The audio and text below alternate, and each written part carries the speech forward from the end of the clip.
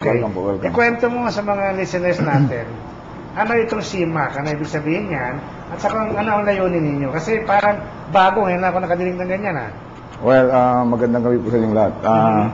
Sir, magandang gabi po sa inyo.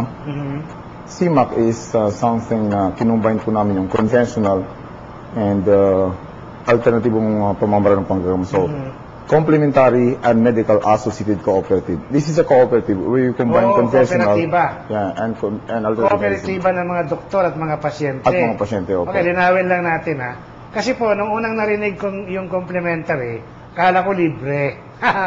Hindi pala. Complementary as in nagko-complement sa isa't isa. Right. No? Sige po, Doc, ituloy nyo. So, I used to be organizer of cooperative hospital before. Na more of traditional po siya. Cooperative doctors. But for 5 years, focus po ako doon. Napansin ko na yung mga mahirap, hindi rin masyado nakaka-avail. Hindi nakaka-afford. Ng services, nakaka-afford ng services. Well, I think part of the problem is, although libre yung konsulta, affordable, one time, yung long-term na cost of medicine, mahirap Yun ang mahirap po. So, ngayon, ginawa po namin is a cooperative approach. Actually, we are putting up a clinic by which a member of the family can have free consultations every day. 7 to 8 lifetime na po yun. At ang panggagamot po namin, we are combining conventional and alternative medicine. Ibig sabihin, andun po yung doktor po natin, andun OB, pedia, and all specialties. At andun po yung mga manghilot po natin, andun po yung masayista natin, andun po yung acupuncturist po natin, sa isang bubong. So we are also making it available yung synthetic na gamot po natin, and also natural products available in our pharmacy. So mayroong complementation. Opo, mayroong complementation. Mabalikan ko na yung sinabi ko. Actually, Doc, lumalabas libre na rin in the long run Something Kasi like that. mayroong one-time na registration fee. Opo. After that, wala na kayong babayaran sa consultation. Wala na po. So, complements pa rin. Yes. Di ba? Actually po kasi ang napapansin ko kasi, may mga tao dumadating sa clinic po. Malala na yung sakit kasi nga, pagpapakonsulta lang, they don't have enough funds for the consultation fee. So, ang nangyayari, they self-medicate. Ay kami ng mga doktor, hindi lahat napapagaling. Ano pa kayo hindi nag-aaral ng medisina? So, malala na bago dumating sa clinic or sa hospital. So, nakita ko, if you're going to have a organizations or in the forms of co-op, where we can practically have all these people in the vicinity, in the society, or in the barangay, be part owner of the co-op, na isang pamilya lang, isang membro lang ng pamilya ang libre, lahat ng membro ng pamilya libre na pong konsulta araw-araw 7 to 8. Lifetime na po yun. Opo. Malaking bagay na po yun. In the part of the co-op, hindi po malulugi because while libre yung konsulta 7 to 8, after 8 o'clock, may bayad na po yun. Okay? May bayad na po yun. May prime time lang po yun. Kaya lang sabi nga namin, so long as they arrive in the clinic and they get their number between that period of time, kahit na lumampas na ng 10 o'clock, hindi pa natatapos yung doktor, libre na po yun. Sige, Doc, ulitin lang natin, baka hindi masyadong narinig ng mga viewers natin. Yung isang community na papasukin or pupuntahan ng CMAC, Complementary Medical Associated Cooperative, yung mayroon lang silang one-time na registration. 250 lang po yun. 250 pesos, medyo barya pa pala yun. Barya pa nga po yun. Ngayon, kung kahit isang miyembro lang ng pamilya na magpa-member, buong household. Hanggang apo-apo ba yun, Doc? Basta sa loob ng bahay. Sa loob ng bahay. Kahit katulong, sa loob ng bahay. Huwag rin sa ibang barangay, basta within the household. Yung uncle, ante. Kasama na dyan. Okay. And for as long as they go to your clinic, before 7, libre na. Before 8. Between 7 and 8. Basta dumating sila doon. Yung punto alas 8, libre pa po yun. But 8:01, na late sila, ita-charge na po namin. Okay, ngayon sa punto naman ng gamot, hindi puro synthetic. Hindi po. Kasi mahal ang synthetic. So, hinahaluan nyo ng alternative. Tell us about that. Okay, ang kagandahan po kasi nito, hindi po lahat kasi ng mga tao nanghihiyang minsan sa gamot na synthetic. May mga tao na gusto nila something natural. So, we actually make it available.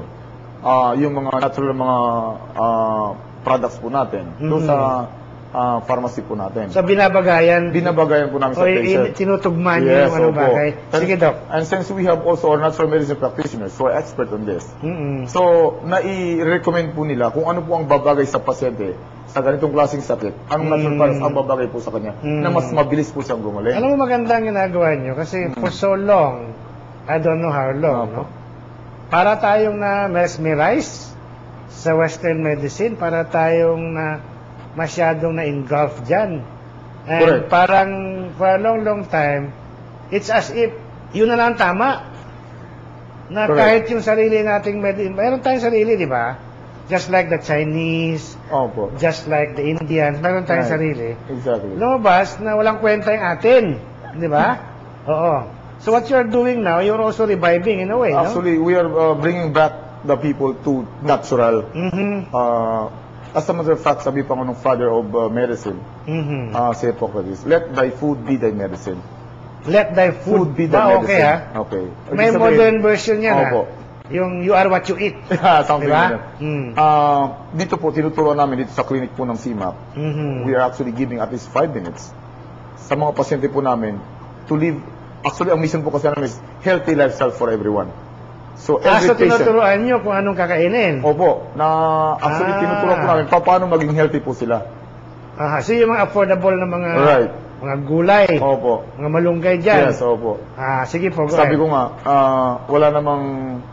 Ang sakit, hindi yan dumadating by accident. Mayroon pong pinanggalingan. Any violations of nature, Mhm. nagkakasakit po tayo. So, sabi ko nga, wala namang taong perfect. What's important is you acknowledge that you have violated the law of nature. Mhm. So, magpasimula tayo ulit. So, ang po din po dyan is new start. Yan stands for nutrition.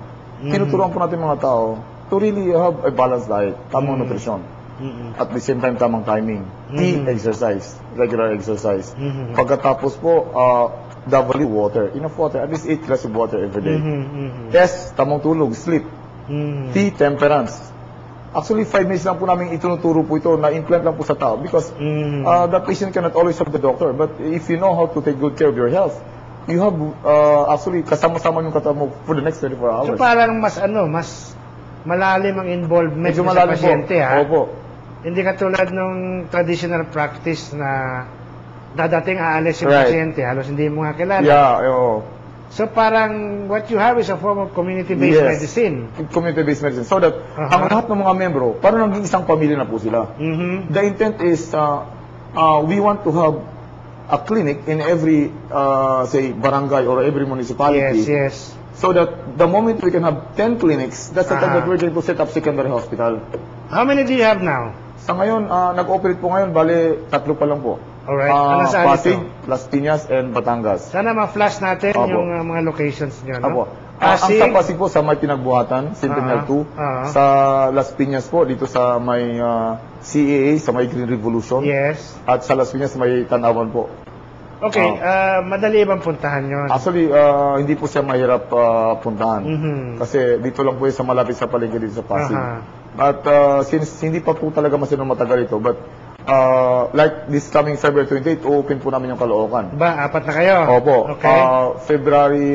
March 5, i-open po namin ang another part ng Batangas. Mhm, So, tutuloy-tuloy na po ito. Actually, we are aiming to have 100 clinics Ba? in Metro Manila area. Okay, anong timetable niyan? Ang timetable po namin actually, with our target of 1,000 clinics nationwide, Aha. 5 to 10 years ang target po namin. Ba, maganda. 5 to 10 years. So that ang lahat ng mga tao can avail of the free consultations every day. At the same time, everybody can have, the chance to practice healthy lifestyle. Alam mo, nakikita ko mali ngayon, no? Halimbawa, in the case of government hospitals. Opo. Libre nga yung konsulta, libre yung doktor. Pero pag yung doktor nag-prescribe ngayon ng medicine, ang bibili ng gamot yung pasyente. Di ba? Totoo po yun. So ngayon, hindi nabibili. Kung nabibili man, hindi yung buong dosage, magbabawas konti. So hindi rin gumagaling. At yung next procedure, hindi maitutuloy habang hindi nabibili yung gamot. So parang nagiging Vicious cycle. Oo, vicious cycle. Actually po sir, sa totoo lang, ito po yung reason kung bakit na-conceptualize ko po itong SIMA. Mhm. Hindi po nyo itatanong, ako po isang tribal minority from Palawan. Mm. Ako po ay talagang galing sa mahirap and I've seen what Genuine it means to ka be ba? poor. Opo. Mangyan? Tribe po. Tagbanop tribe po, Palawan. Tagbanwa. Opo. I'm sorry. So, nakita ko, with my travel around the Philippines, giving lectures and organizing COVID hospital before, nakita ko, now more than 90 million Filipinos in the Philippines, 85% of that belong to the poverty level. At yung mga taong mahirap, the same population has problem with health. At yung taong may problema sa kalusugan, pag katawan ang puhunan para makagawa ng pera. Pag may sakit sila, they cannot make money. So now it becomes a vicious cycle. So the question is, how can we stop the vicious cycle? Sabi ko nga, we start with making people health conscious para talaga maalagaan yung katawan nila. Yes. So ang mission po ng CIMAC is healthy lifestyle for everyone. We teach people how to live a healthy lifestyle. Now, in the event that they will get sick, mayroon kaming libreng konsulta araw-araw 7 to 8. Yes.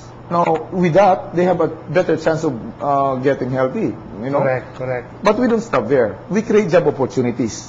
That's why our vision is to set up clinics so that yung mga membro po, nagkakaroon sila ng trabaho. Baka pwede tayo magdikit-dikit